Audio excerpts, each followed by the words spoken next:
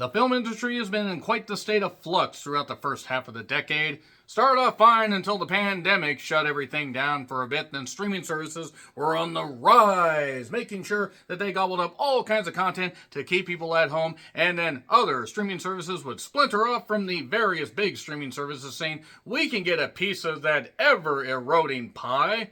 And then theater chains have been basically doing everything they can to keep the lights on, keep their seats filled, and make sure that they are in a distant memory, a husk that'll rot and just fester in the goddamn earth.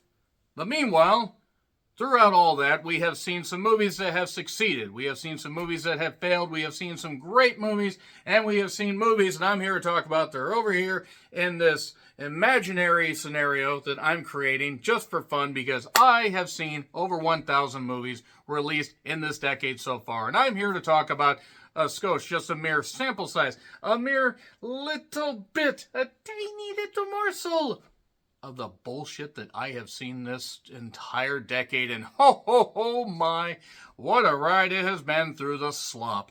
I'm John Ritham with the 25 worst movies of the decade so far. Let me know your worst movie choices of the decade in the comments, please.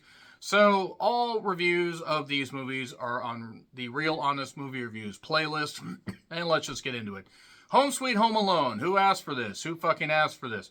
Terrible humor, a terrible rehash of a concept that honestly has not been good since the second one.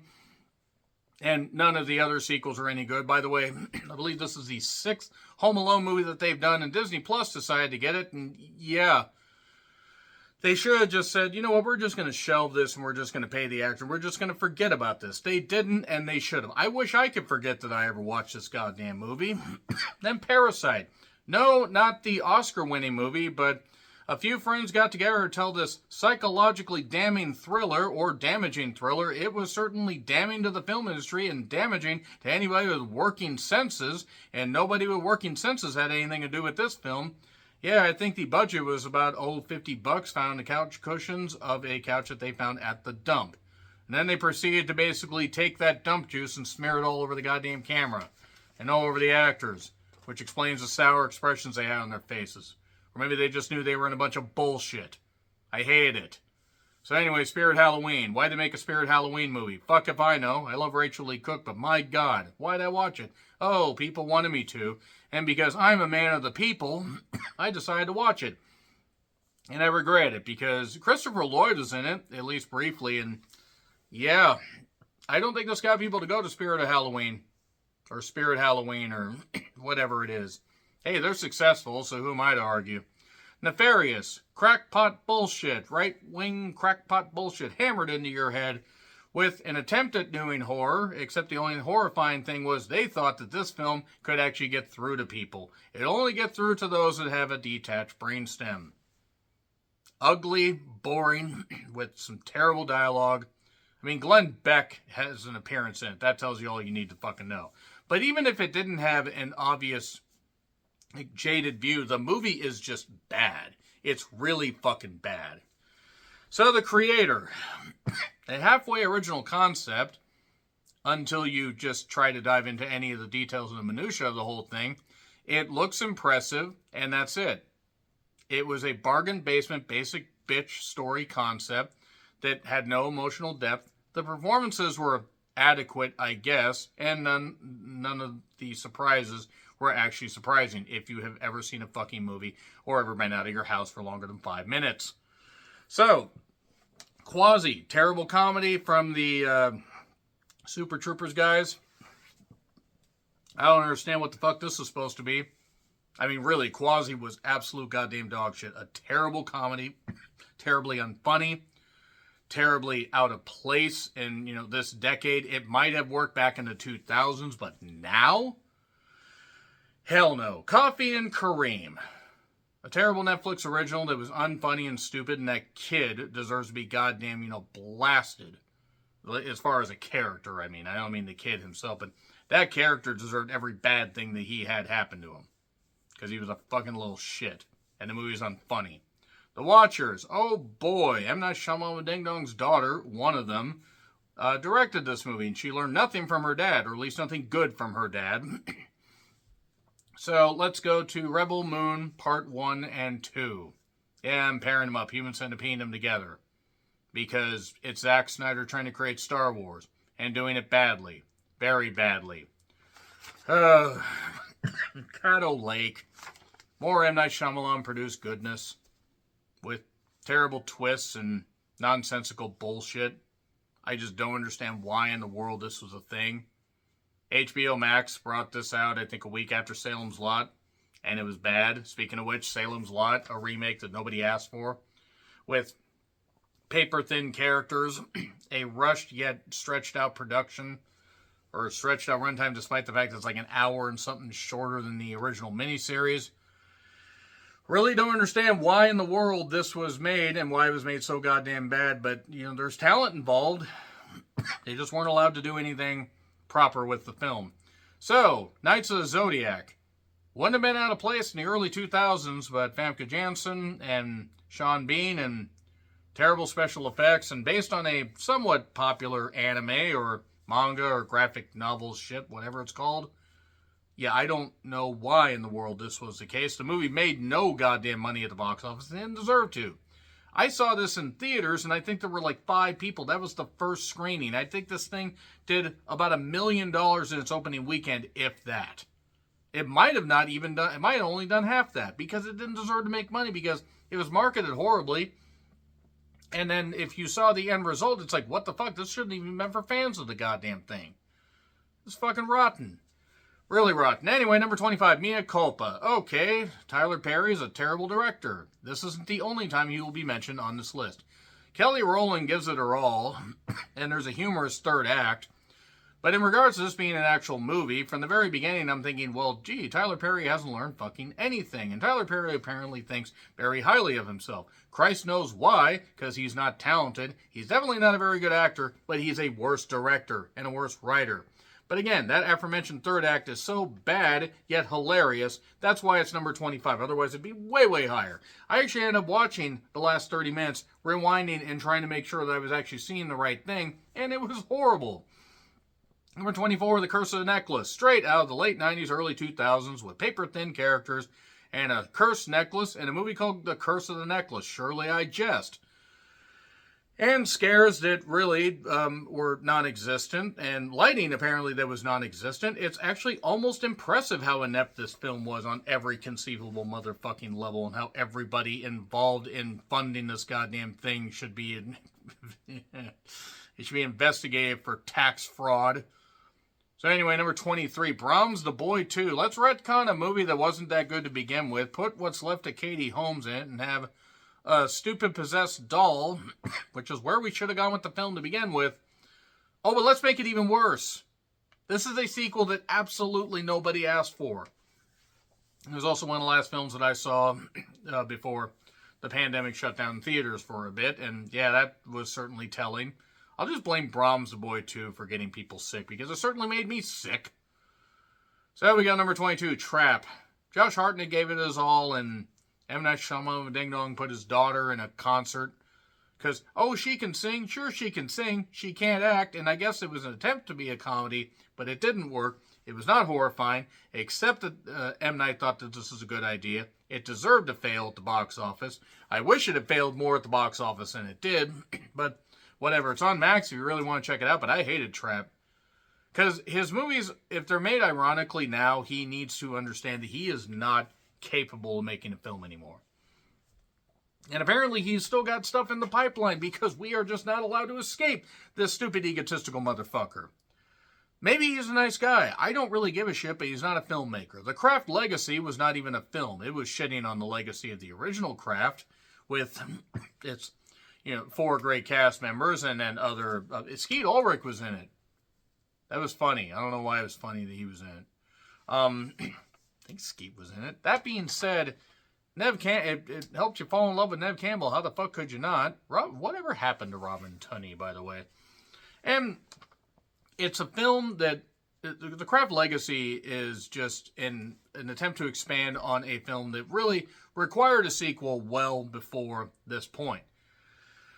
David Duchovny was in, and it was just something about where it's like they couldn't even get like an expansion of the story correct, and they just had to make the witching powers really lame, and the scares and the like special effects and just the story really lame. In fact, this whole thing was just really badly like basic, very, very basic. That's why it's here. Number 10, or number 20 rather, Don't Worry Darling. Yeah, just skipping another 10. No, Don't Worry Darling. Olivia Wilde deserves to never be allowed to direct another movie after this. You made a movie about plowing Florence Pugh. Boring. Congratulations. Harry Styles also can't act for goddamn shit. I mean, it was actually almost impressive how inept he was. And the movie has ideas. Chris Pine, I guess, plays a halfway decent villain. There are plenty of beautiful women in the movie. Plenty of talented women. Strike that, reverse it. Plenty of talented and beautiful women. But they aren't given anything to do. And the twist is so fucking obvious. And obvious twists aren't really the worst thing in the world if you at least give people a reason to care. And they didn't give anybody a reason to fucking care. So, Don't Worry Darling is absolutely horrendous. Just from every conceivable aspect. Number 19, Leave the World Behind. Oh boy, Julia Roberts and various other people that have been in good projects before. And is the apocalypse happening? Is it all in their head? Are they happy? Are they feeling bad? I feel bad that I watched this movie and it wasn't sunshine in a bag. This movie's useless and it goes on too long and Netflix keeps carrying on. Yeah, Leave the World Behind is really, really goddamn shit. I mean, I was actually baffled by just how bad this was. Number 18, Texas Chainsaw Massacre, the next Netflix version, by the way, that came out in February of 2022. People wanted me to watch it. And I loathe you motherfuckers for wanting me to watch this. I loathe you for this. How dare you? How very fucking dare you? It was, the two leads could do fine, like the two young ladies, but just the rest of this movie is just so bargain basement and bullshit and retconning a bunch of sequels that shouldn't have happened to begin with. And I gotta be perfectly honest, I never cared for the original Texas Chainsaw Massacre as much as other people, while recognizing its place in horror history. No, this was really, really fucking bad.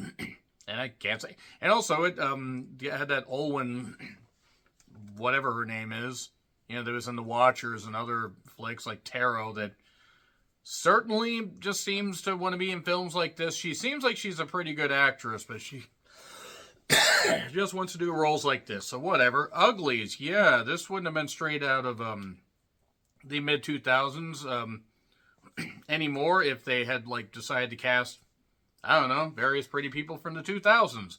Joey King needs a better agent. This film needed way, way better editing and filming and special effects and really everything. They basically took a book that has been out for so long, it was in development hell, and you can see why. And this thing was a mess from a narrative standpoint. And they want a sequel out of this. You want to make a sequel out of this shit. Fuck you guys.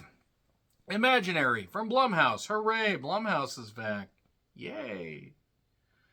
Imaginary, I guess, probably even shouldn't be this high on the list because there's been so much bad shit. But then I remembered, oh yeah, Imaginary from the very beginning to its last frame, and everything in between, including the old lady that went absolutely batshit insane and the terrible acting by the little girl. I'm sorry, she was not any fucking good, and I can't ignore that. She was bad. Promise it won't hurt. Don't worry, just your line reading's hurting, honey. But the sad thing is, she was not the worst part of the movie. She just wasn't a very good part. Killer teddy bear that's actually a conduit to some spirit from the underworld or whatever. Yeah, Blumhouse, Jason Blum, the bane of my existence. Somebody deserves to be told to fuck off every single time that he leaves his house. Number 15, Madam Web. By the way, this replaced Morbius. I'll tell you why it replaced Morbius. Morbius, you can at least appreciate the meme quality of it, and Madam Web, you sort of could for a little bit, but at least Morbius had a mild bit of entertainment. A mild bit. The fact that this was the fact that this is a movie that made us appreciate what Morbius offered, which wasn't much, while Madam Web offered us nothing, is saying something. Now, this is absolutely the worst one between the three of this, Madam Web, Kraven the Hunter, or Morbius, Madam Web, Kraven the Hunter, that is, because it's so incompetent and so badly done and just so unnecessary, and there's no sense of danger. At least Kraven the Hunter had violence, even if it wasn't that fucking good at all. But Madam Web deserves a shout here. Dakota Johnson was totally checked out. She's a great actress, but she was checked out here. So we go to Artemis Fowl number 14. I mean, look at this thing. Look at how ugly and pointless and bland it was. And they wanted to start a franchise. And they thought this was a good way to do it. And that kid, once again, terrible kid actress or actor. Just, my God. My God. Somebody tell that kid to do something else. And it wasn't even his fault necessarily because the dialogue was shit. But you got Colin Farrell in it. You have terrible special effects. I mean, my word, this was an alleged big budget production. They sunk money into, Disney did. And this is what they had? I should have put the Robert Zemeckis Pinocchio movie on here, but fuck it, there's only so many slots. But Pinocchio's really bad as well. Number 13, Borderlands. Troubled production, Lionsgate shitting the bed here. Not the only time I'll mention Lionsgate. And while Cate Blanchett is a tremendous actress and looks fucking incredible, and Jamie Lee Curtis is a goddamn star, this also featured Kevin Hart, who is terrible. Absolutely terrible. Ariana Greenblatt was in this. Or I think it's, yeah, her last name is Greenblatt. I think it's Ariana Greenblatt. The one from Barbie. She was in this, and as Tiny Tina, I think was the character's name. I haven't played that much Borderlands, but I just remember they kind of tried to get the look of the characters, but failed miserably. And this was just a messy narrative that, I mean, really the Borderlands story isn't all that deep from what I recall and from what I've heard from people that have played it. But they could have had some fun with it, and they didn't. A terrible villain, by the way. Just really could have been plucked from the 2000s and the early 2000s. Number 12. Speaking of Lionsgate, speaking of from the early 2000s, The Crow. You thought The Crow sequels after City of Angels were bad. This was a more lavish production than that, but you had Bill Skarsgård, who hasn't been a box office draw. Bless him. He's a great actor. FKA Twigs, who... the person did not deserve to go through what she went through with Shia LaBeouf, but as an actress, she is terrible. She is fucking terrible. As a singer, she's a better actress, or a better singer than she is an actress. That's not saying much, though. And just as far as The Crow in general, a rehash was never going to work. And then they somehow managed to do it worse, to the point I was wondering, is this a joke? Is this a rib? They had like one decent scene of violence in Opera House, and that's it. And the only reason this misses out in the top 10 is because so many other bad things were above it as far as lack of quality. Like number 11, The Mousetrap. Steamboat Willie Mickey Mouse, a guy in a Mickey Mouse mask, and people doing stupid shit, and stupid teenagers, and stupid people doing even more nonsensical stuff like trying to act their way through an 80-minute film that barely has enough material for 30. And this is not the only Disney-inspired horror movie we're going to get. We're going to get Peter Pan, Neverland Nightmare. We're going to get a Bambi movie. Another Winnie the Pooh movie. We're getting a lot of goddamn horror movies. By the way, notice how the Winnie the Pooh movies weren't even on here. Notice how Cinderella Revenge. Oh. I'm sorry, I had to just do that for a second because it's like, oh, the pain. The pain of it all! So anyway, yeah, Mousetrap is really bad. Terrible CGI. Number 10 is two movies. Nobody Sleeps in the Woods Tonight 1 and 2. Besides the lead actress, who I think has potential, this was sloppy, slimy, and just substandard, I guess. It was slapdash. I'm trying to come up with whether S words. Oh, yeah, shit. It was shit. The first one was my worst choice for that year, and I believe the second one was up there on my worst choice for that particular year. It's been a while, actually, since I checked out those lists, so let's just say this. Both these movies could have just been one, because this entire timeline, this entire production, was so goddamn bullshit. So, number 9, Resident Evil Welcome to Raccoon City. Another Resident Evil movie, another bad Resident Evil movie. When the best Resident Evil movie was the first one, and that one wasn't even that good, that's not saying much. When this made me appreciate what the fuck Blood Rain was, even though this was better than Blood Rain, that's saying something. There were just elements of Raccoon City where I'm like, my God, what was this supposed to be? Well, it was bad, that's what it was. I could have put old on here, but old isn't even... So many other dumb things have come along, like basically number 8.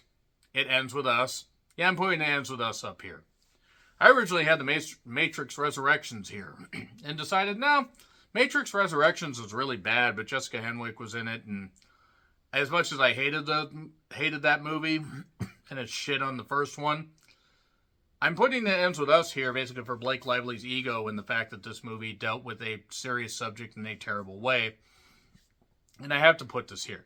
I have to knock it because Colleen Hoover deserves being knocked around in a verbal way until she decides to not write any more books because she's really bad at trying to justify certain characters and justify certain, behaviors of people. Like her son that allegedly did something really, really naughty. And if that's true, God, that dumb bitch deserves to goddamn be ostracized and banned from polite society. But It Ends With Us was just a really bad movie. It just really was as far as pacing. Blake Lively seemed like she was in a soma coma. the colliding with Justin Bardoni, who was who was the lead but also the director. There's nothing about this movie that could have worked.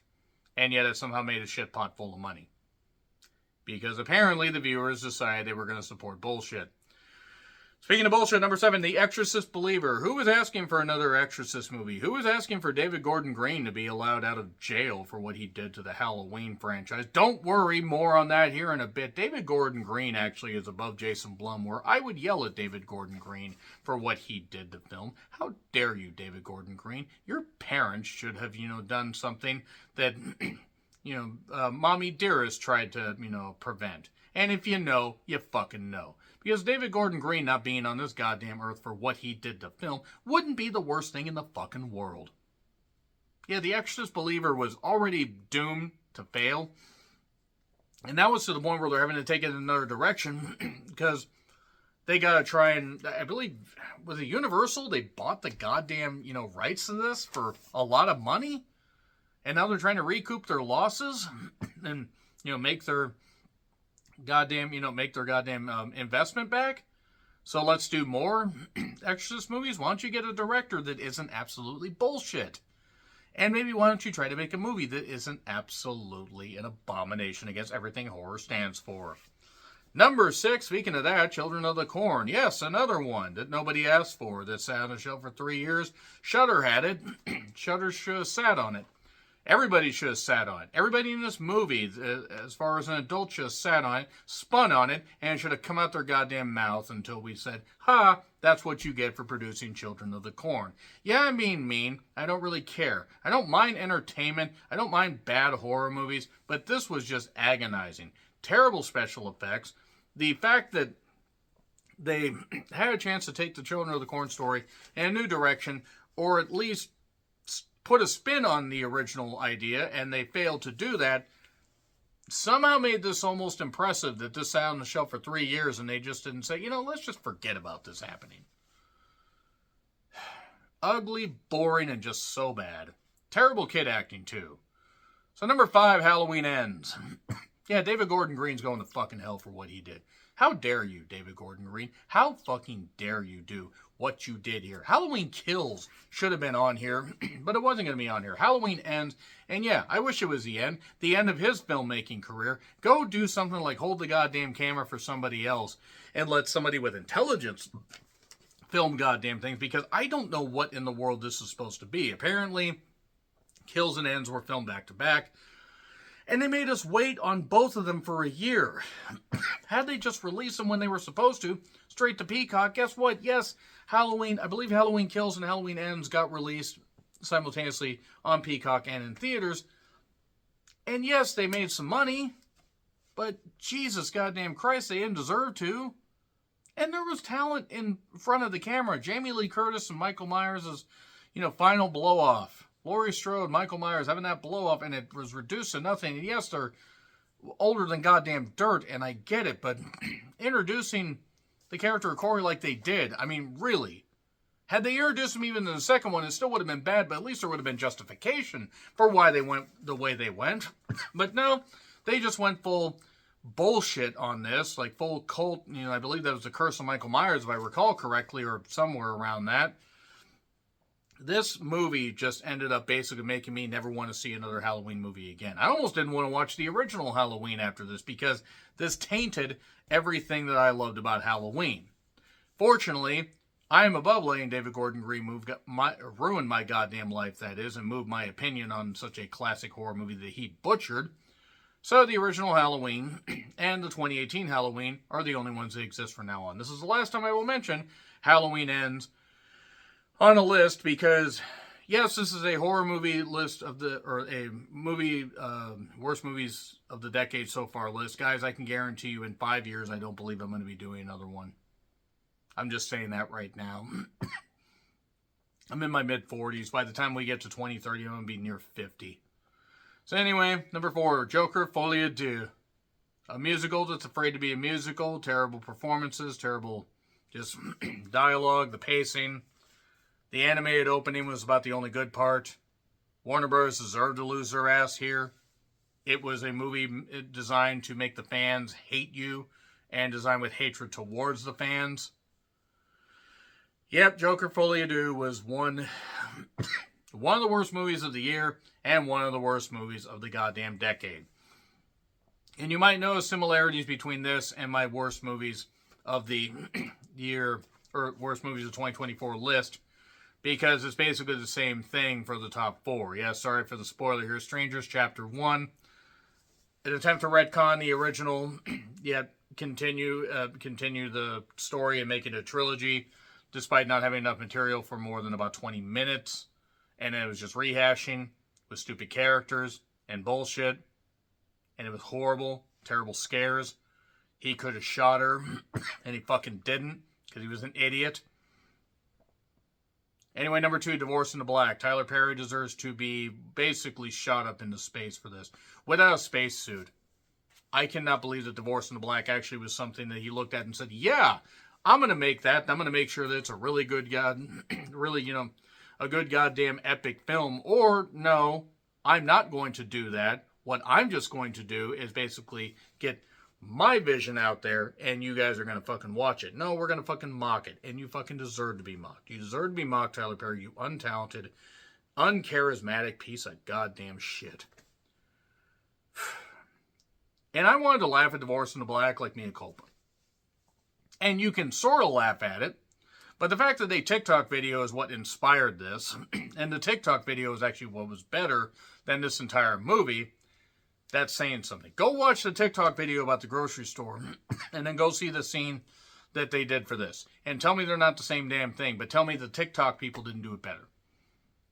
Number 1, Megalopolis. Francis Ford Coppola, I really, honest to God, hope that this just eats at you that it failed miserably. It won't, because he still has more money than most people will ever have in about 5 lifetimes. But he funded this himself, had a hell of a goddamn cast, made me not want to ever see Aubrey Plaza in a sex scene again, which is saying something, and was so nonsensical, with an attempt at so much to say, yet somehow had nothing useful to say at all. So Megalopolis is my worst movie of the decade, and I've ranted about it before, did full reviews of it, so let me know your worst movies of the decade so far list in the comments, please. Like, share, subscribe, Twitter handle in the description. I'm John Retlin. I'll see you soon.